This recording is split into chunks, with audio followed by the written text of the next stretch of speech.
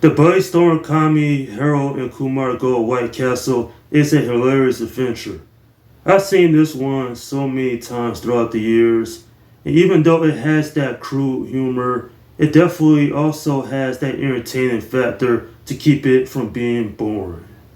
Despite the simple plot of two guys smoking marijuana and going to White Castle, the friendship between Harold and Kumar actually becomes stronger just because they go through all these over the top moments, such as Ryan Cheetah, or even coming across some weird characters. This movie reminds me of how crude humor is a lost art in comedies, and how something like this definitely would not get made today just because of the racial and comedic stereotypes, and how some of the jokes are sexual as well. Now, the character development of both Harold and Kumar is good, particularly for Harold in the beginning. One of his co-workers named Billy forces him to do his work for him, and Harold agrees to it. And he also has a crush on one of his neighbors named Maria. But by the end of the movie, he finally stands up for himself to his co-workers, and he also tells Maria how he feels about her. Overall, while this one does have some issues, at least it is not a dumpster fire in my opinion.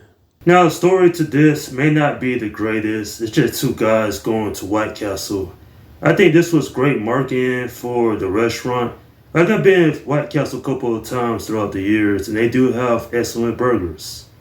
But more importantly, the chemistry between Kal Penn and John Cho is great. Like, this is the type of film where you can sit down and just have an enjoyable time. Is it over the top? Is it absurd a little bit? Yes.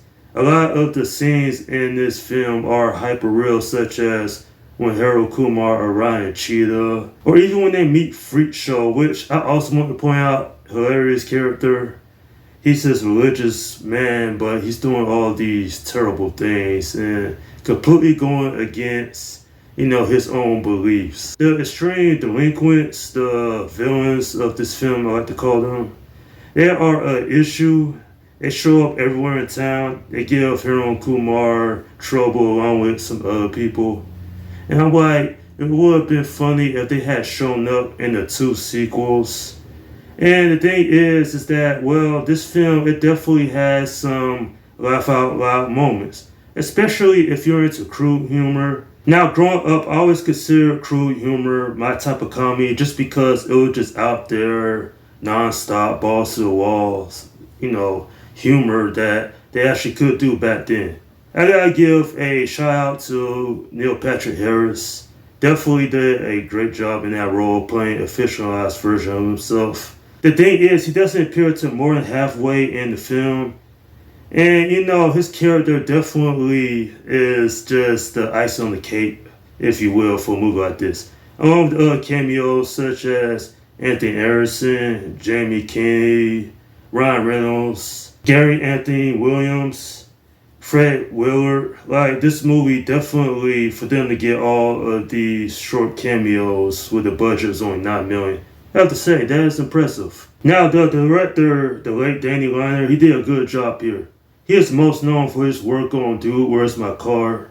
Another storm comedy that is interesting to say the least. But I think the story works better here just because of how many out there moments there is. One complaint I have about this film though is, well, Maria, she doesn't show up all that much. Like, I know that she's the crush of Harold here, but had she shown up more, maybe I would care more about her character. Like, don't get me wrong, like, she's there just to be the love interest, but she's not in the film as much as you want her to be. And then there's also Goldstein and Rosenberg. I kind of also wish those two went on the adventure with Harold Kumar. Now, I get that this film is named that, but would it have been so bad if both those other two characters showed up and the four of them go to White Castle? It's just something I've been thinking about over the years. Like, this film might have been more interesting if those two characters joined Harold and Kumar.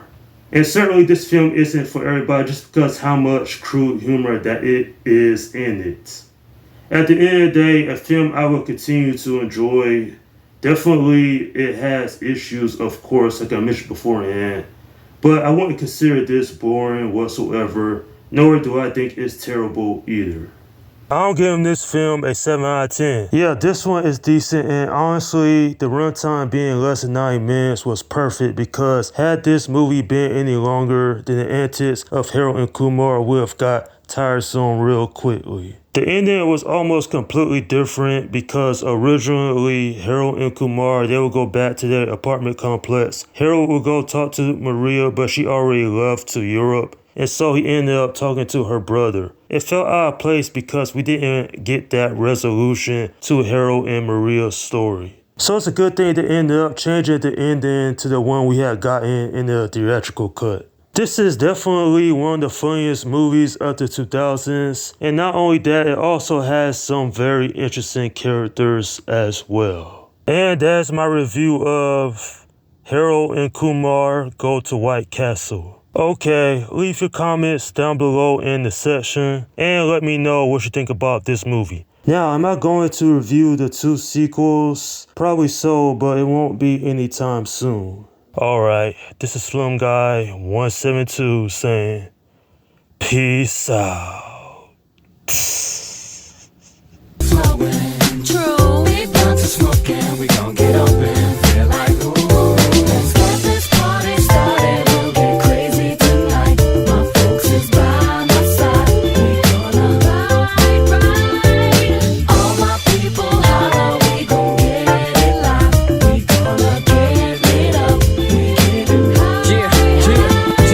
To the spot nice and late, rocking the most ice today.